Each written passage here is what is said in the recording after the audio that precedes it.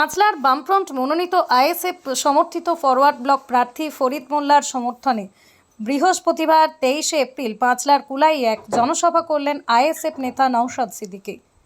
আর বৃহস্পতিবার এই নির্বাচনী সভায় উপস্থিত ছিলেন আইএসএফ নেতা নওশাদ সিদ্দিকী, ছিলেন সিপিআইএম নেতা সব্যসাচী চ্যাটার্জি, ছিলেন পাঁচলার ফরওয়ার্ড ব্লক প্রার্থী ফরিদ মোল্লা, ছিলেন সিপিআইএম নেতা নবীন ঘোষ সহ একাধিক বাম নেতৃত্বের পাশাপাশি বহু কর্মী সমর্থক। আর এদিনের জনসভা শেষে সাধারণ মানুষের সঙ্গে জনসংযোগ করেন আইএসএফ নেতা নওশাদ সিদ্দিকী। স্মুথলি হবে লড়াইটা, যেমন মধ্যম গ্রামে ডবল প্রার্থী হয়ে গিয়েছে, কিন্তু এখানে আমি বলতে পারি পাঁচলাই আমাদের একটাই সিম্বল। তার এখানে সিম্বলটার নাম কি? এখানে আমাদের একটাই সিম্বলে যারা এই পাঁচলাই সিংহ চিহ্নকে ভোট দেওয়া মানে আপনার আইএসএফ কি ভোট দেওয়ার সময় আপনাদের বলে যায়। আপনাদের বলবো কারো কোনো প্ররোচনায় পা দেওয়ার দরকার নাই। আপনার মূল্যবান ভোট আগামী 29 এপ্রিল সকাল সকাল দেবেন। যদি কেউ ভোটদানে ডিস্টার্ব করে তাহলে আমাদের নেতৃত্বরা আছেন, আইএসএফ এর নেতৃত্বরা আছেন, বামেদের নেতৃত্বরা আছেন, সর্বোপরি প্রার্থী মহাশয় আছেন, তাদেরকে জানাবেন। তারা প্রশাসনের সাথে কথা বলে প্রশাসন দিয়ে আপনাদের নির্বিঘ্নে ভোট করাবের ব্যবস্থা তারা নেবে। এখন কলকাতায় যান, হুগলি ব্রিজটা সেকেন্ড ব্রিজটা পার করার আগেই বাম দিকে একটা বড় বাড়ি দেখা যায়, যেটার মাথায় নবান্ন লেখা আছে। এই সব্যসাচী তাদের দলেরা, এই বামপন্থীরা ওটাকে পাইলট প্রজেক্ট হিসাবে তৈরি করেছিল গার্মেন্ট শিল্পের অগ্রগতির জন্য, আপনার আমার জন্য। আমাদের এখানে যারা দর্জি শ্রমিক, আমাদের এখানে যারা জরি শ্রমিক, আজকে বলুন আজকে আপনার আমার দুরবস্থা কোন জায়গায় পৌঁছেছে।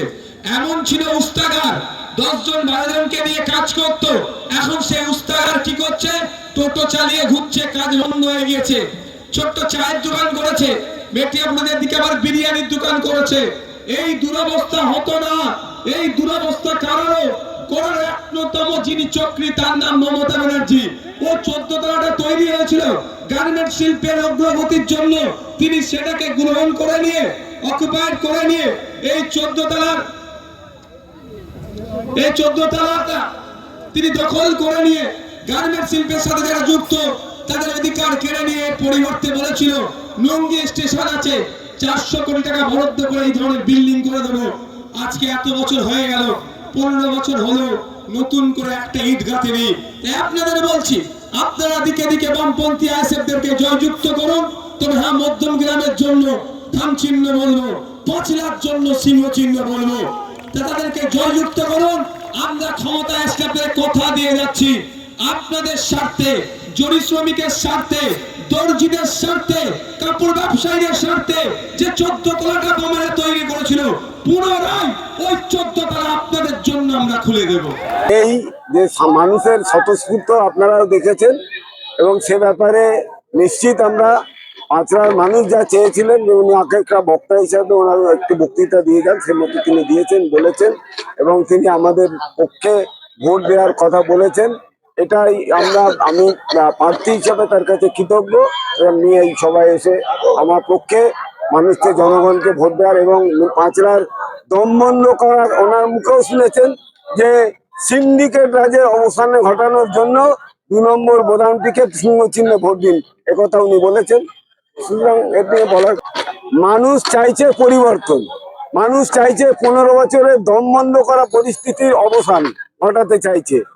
মানুষ খোলা আকাশের নিচে মুক্ত হাসিতে হাসতে চাইছে। সেই দমবন্ধকর পরিবেশের অবসান ঘটানোর জন্যই এই স্বতঃস্ফূর্ত জনগণের এখানে উপস্থিতি, এবং সেটা আজকের এই সমাবেশ বলে দিল যে যাই বলুক না কেন, মানুষ সন্ত্রাস শেষ কথা বলবে না, লুম্পেনরা শেষ কথা বলবে না, জনগণ শেষ কথা বলবে। এখন বিরোধীরা অনেক কথা বলতে পারে, এইরকম কোন বিষয়ে আমাদের জানা নেই। মানুষ ভোট দেন, মানুষ কাকে কখন ভোট দেবেন। আজকের জনসভায় এই যে জনপ্লাবন, এটা কেউ বলতে পেরেছিল নাকি? কেউ উপলব্ধি করতে পেরেছিল? আজকের এই মানুষের মধ্যে সকাল থেকে যে উৎসব, আমরা আজকে সকাল 7টার সময়, কালকে রাত্রি 2:30-3টের সময় কনফার্মেশন পেয়েছি আমরা। সকাল 7টায় পাঁচলার মানুষ জেনেছেন তারপরে এই জনপ্লাবন, তারপরে যদি বলেন যে অস্তিত্ব নেই অমুক তমুক, এটাও কিছু মানুষের কিছু কথা বলার আছে, বলবেন। ওটা ওসবগুলো এটা মানে ওয়ার্থলেস এবং এটা গুরুত্ববিহীন কথা। এই ব্যাপারে আমরা গুরুত্ব দিতে চাই।